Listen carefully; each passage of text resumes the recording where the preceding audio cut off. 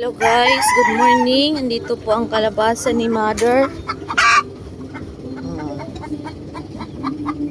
Yan, ang lalaki po ng kalabasa.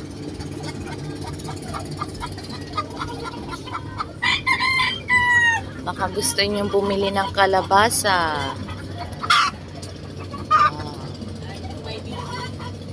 Ayun pa.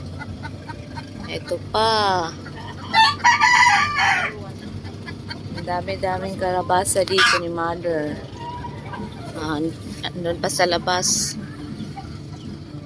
Ang haba. Ito si Mother.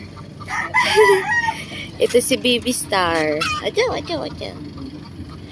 Si Lucas. Oh, ito pa guys. Ang kalabasa ni Mother. Ang hahaba niyan. Isa. Dalawa't kalahati. Pero dalawang nato ang klase ng may bilog pa siya.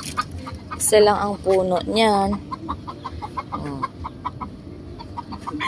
Ito pa.